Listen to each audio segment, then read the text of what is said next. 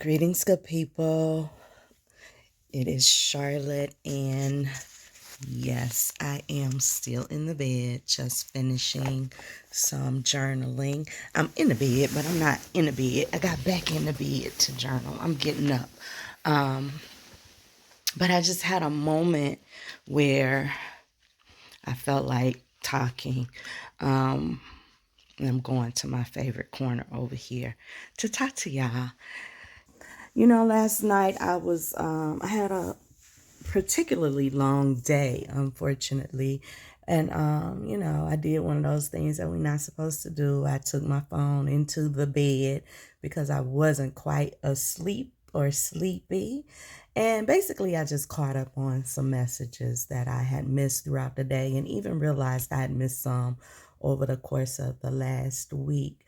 Um, and one of the things that I experienced was this conversation about racism. Oh, no, I'm lying. I see the racism in it.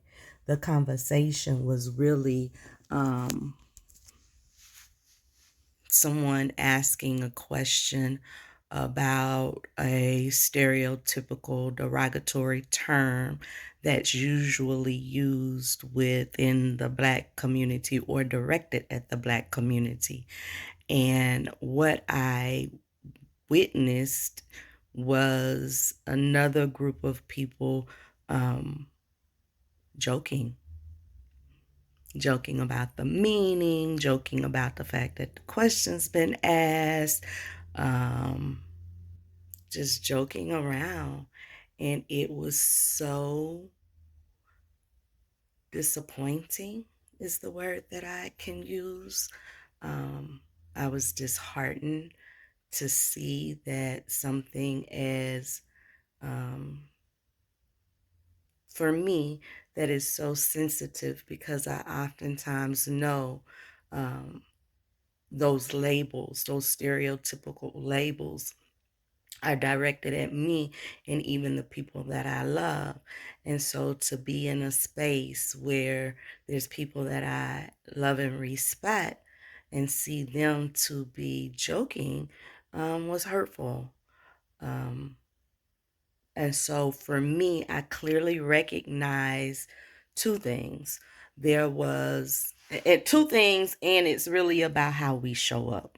I've said this before. How are we perpetuating racism in the way that we show up?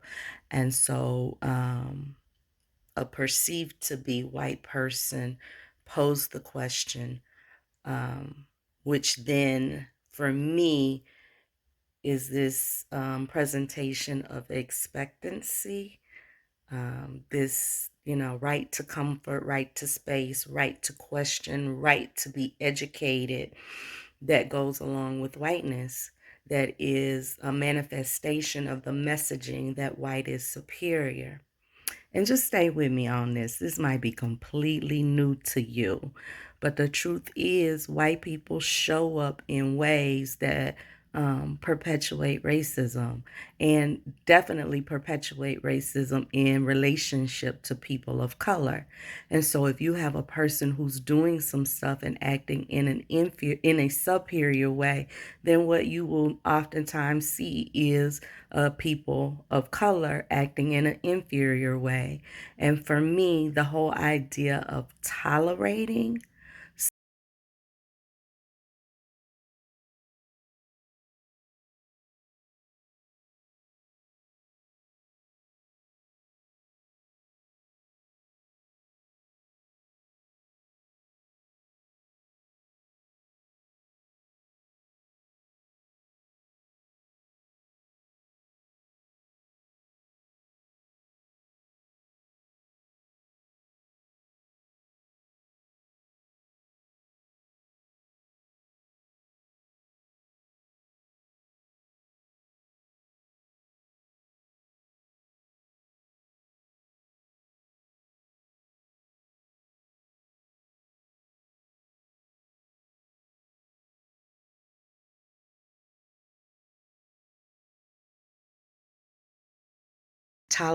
the question, tolerating the conversation, using humor to deflect from accountability.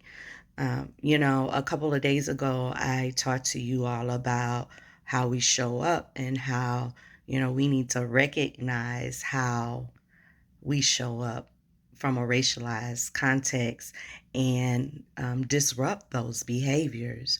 And so, in this particular experience, for me, it was clear that there was some toleration happening for some things that were, I'm going to say, were offensive. I know they were definitely offensive to me.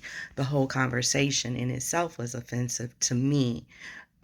But I would want to see us disrupt that conversation. Hey, make it a teaching moment if we need to. But don't the right to question, the right to expect an answer met with tolerating and joking it's not how we gonna resolve the racism problem. And for me, this was clearly an example of the manifestations of internalized racial oppression in both the inferior way and the superior way. So good people, I just want to come and bring this example to you, not in a way to blame and shame, but as a teaching moment, because part of my responsibility as an anti-racist organizer is to educate. Um,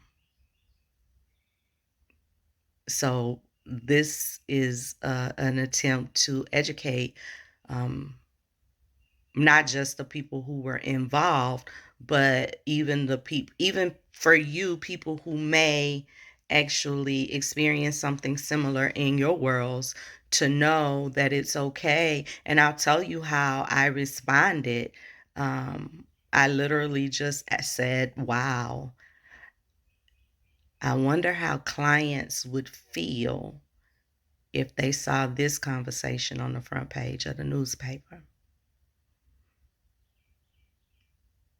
And I just want to leave it there. I'm definitely not answering the question in the moment. I'm not about to teach. This morning I'm up teaching, but I just need to disrupt all of that.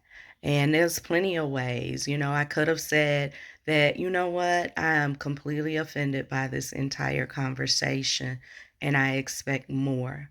I mean, whatever my truth was at that moment, it was perfectly justifiable, perfectly what I could have done, should have done, what you can do. So I encourage you this morning to not tolerate this type of behavior in your presence. I made y'all a video last night. You probably want to see that one because I was all off in my feelings on that one. But this one for me is more getting to the root of what we need to happen. So, again, let's recognize these behaviors, disrupt them. And the healing process is about being in spaces where you can learn from others, being in spaces where you can talk these things out. And if you need that kind of space, if you don't have that for yourself already, comment below and let me let me bring you into some spaces where you'll have a network of people who will hold you accountable for the way that you show up, and that will also guide